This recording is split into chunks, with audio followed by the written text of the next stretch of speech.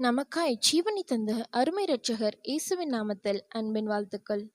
எரேமியா தீர்க்க தரிசன புத்தகம் 31 31 முதல் 34 வரை உள்ள வசனங்களை பார்க்கும்போது, தேவன் இஸ்ரவேலரோடும் யூதர்களோடும் புது உடன்படிக்கை பண்ணுவேன்னு சொல்றாரு. அப்படி உடன்படிக்கை பண்ணும்போது தேவன் தன்னோட நியாயப்பிரமாணத்தை அவர்கள் உள்ளத்துல வச்சு இருதயத்துல எழுதி அவர்கள் தேவனாய் இருப்பேன்னு வாக்கு பண்றாரு. இப்படி நடக்கும்போது யாரும் கர்த்தரை பற்றி தன் சகோதரனுக்கு போதிக்க வேண்டிய அவசியம் வராதுன்னு தேவன் சொல்றாரு. ஏன்னா சிறியோர் முதல் பெரியோர் வரை எல்லோருமே தேவனை அறிவார்கள்னு வேதம் சொல்லுது.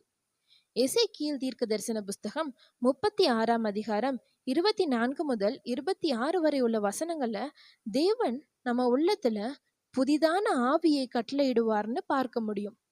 இஸ்ரவேல் ஜனங்கள் கூட தேவன் புது உடன்படிக்கை பண்ணுவேன்னு சொன்னதுனால முந்தின பழைய உடன்படிக்கை அழிந்து போகும்னு நாம எபிரேயர் 8 அதிகாரம் 14 அறிய முடியும். இந்த புது உடன்படிக்கையின் மத்தியஸ்தரா பிரதான ஆசாரியரா இயேசுவே இருக்கிறதுனால நாமும் இந்த புதிய உடன்படிக்கையில பாத்திரவான்களா மாற முடியும். தேவனுடைய சொந்த ஜனங்களா மாற முடியும். தேவனும் புறஜாதிகளாகிய நம்மை தம்முடைய சொந்த ஜனங்களா தெரிந்தெடுத்து நமக்கு தேவனா இருக்காரு. நம்ம உள்ளத்துல பரிசுத்த ஆவியை ஊற்றி இருக்காரு. அவருடைய வார்த்தைகளை நம்ம இருதயத்துல வைக்கிறாரு. எனவே நாமும் அதற்கு இடம் கொடுக்கணும். அப்படி நாமும் தேவனுக்கு பிரியமா மாறும்போது இந்த உலகத்தில் உள்ள சிறியோர் முதல் பெரியோர் வரை யாவரும் தேவனை அறியும் வாய்ப்பை பெறுவாங்க.